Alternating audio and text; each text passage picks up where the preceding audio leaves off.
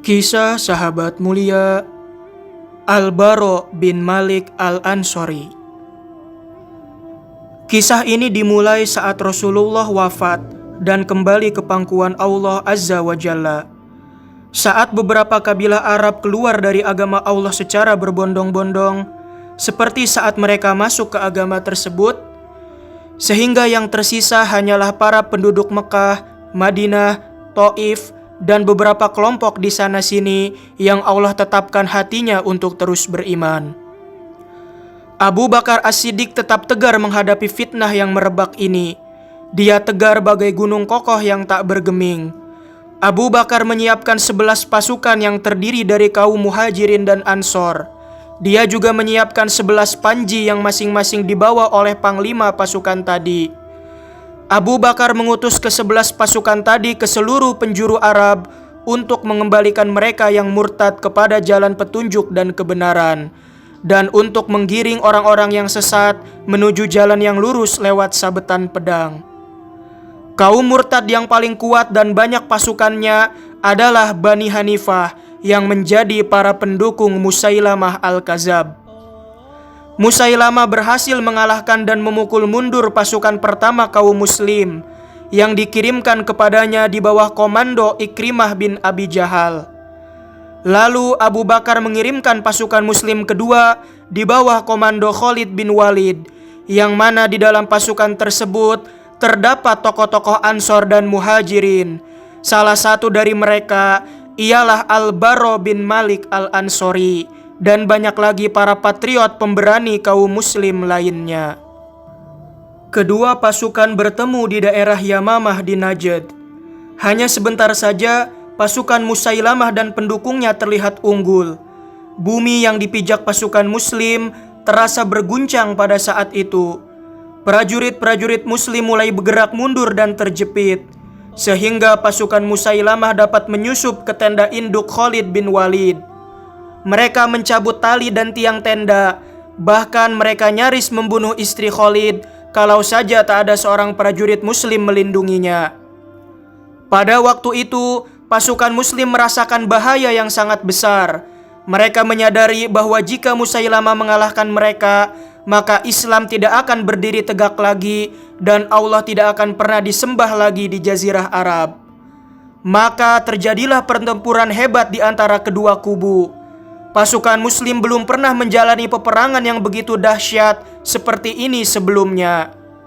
Kelompok Musailamah berdiri dengan congkak di medan perang bagaikan gunung, dan mereka seakan-akan tidak menghiraukan korban yang berjatuhan di kubu mereka. Sedangkan pasukan muslim saat itu didukung oleh pahlawan-pahlawan yang jika dikumpulkan dalam tulisan, maka akan menjadi sebuah kisah kepahlawanan yang sangat memikat. Salah satu kisah kepahlawanan yang memikat dari pasukan muslim ialah kisah kepahlawanan Al-Bara bin Malik Al-Ansori. Saat Khalid bin Walid melihat perang berkecamuk dengan dahsyat, dia menoleh ke arah Al-Bara bin Malik sambil berkata, "Seranglah mereka, wahai pemuda Ansor." Maka Al-Bara pun melihat ke arah kaumnya dan berkata, "Wahai orang-orang Ansor, janganlah satupun di antara kalian berpikir untuk kembali ke Madinah.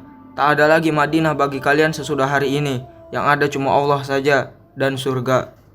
Kemudian Al-Bara bin Malik dan kaumnya membawa panji mereka untuk menyerang kaum musyrik. Dan dia terus menyerang membuka barisan lawan.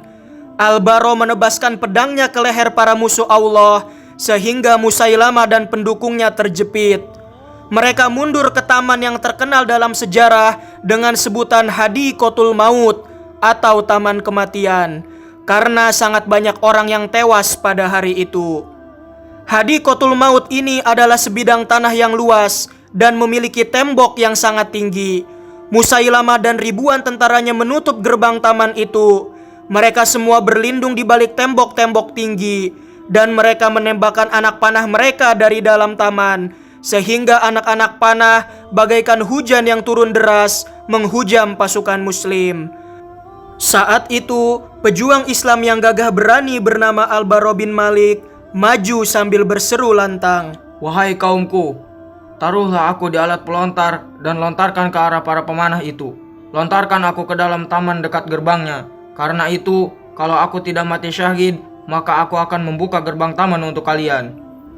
Dalam sekejap, Al-Bara bin Malik telah duduk di atas alat pelontar. Dia lelaki berbadan kurus. Maka para pejuang mengangkat dan melontarkannya ke dalam Hadiqatul Maut di antara ribuan pasukan Musailamah. Maka Al-Bara jatuh di tengah pasukan musuh seperti kilat yang menyambar. Al-Bara terus menyerang mereka di depan gerbang taman dan berhasil membunuh 10 prajurit dan membuka gerbang. Dan Al-Bara menderita lebih dari 8 luka panah dan sabetan pedang. Maka prajurit-prajurit muslim langsung merangsek ke arah Hadiqatul Maut dari seluruh penjuru pagar dan memasuki gerbang. Mereka menebaskan pedang ke arah leher pasukan kaum murtad, sehingga tidak kurang dari 20.000 dari pihak lawan tewas, termasuk Musailamah Al-Kazab. Al-Bara bin Malik dibawa dengan hewan tunggangannya untuk dirawat. Khalid bin Walid merawatnya selama sebulan penuh untuk menyembuhkan semua luka yang ada pada tubuhnya, hingga akhirnya Al-Bara pun pulih kembali. Dengan keberanian Al-Bara, pasukan muslim telah meraih kemenangan telak. Semangat Al-Bara bin Malik menyala-nyala untuk mendapatkan kesyahidan dalam pertempuran di Hadiqatul Maut. Dia terus mengikuti perang demi perang karena ingin mewujudkan cita-citanya yang tertinggi dan karena rindu kepada Rasulullah. Sehingga pada hari penaklukan kota Tustar di negeri Persia saat itu dibentengi dengan salah satu benteng yang terletak di dataran tinggi. Kaum muslim telah berhasil mengepung mereka dengan begitu ketatnya.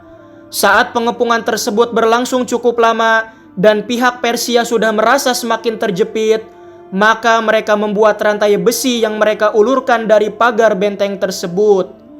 Di ujung rantai digantungkan penjepit yang terbuat dari baja yang disulut api, sehingga lebih panas dari batu bara. Penjepit itu berputar mengenai tubuh kaum muslim dan mencomot tubuh mereka. Pasukan Persia mengangkat tubuh kaum muslim yang terkena jepitan tadi ke atas, baik dalam keadaan mati ataupun sekarat.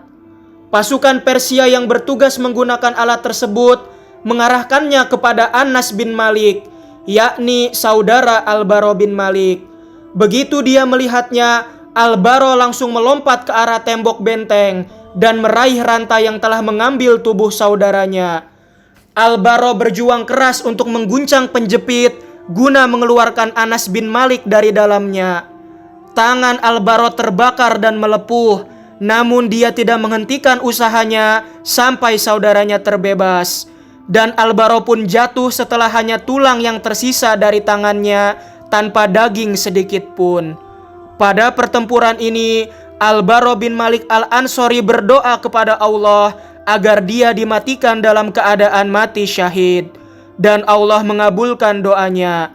Al-Bara akhirnya gugur sebagai lelaki syahid yang sangat merindukan perjumpaan dengan Allah.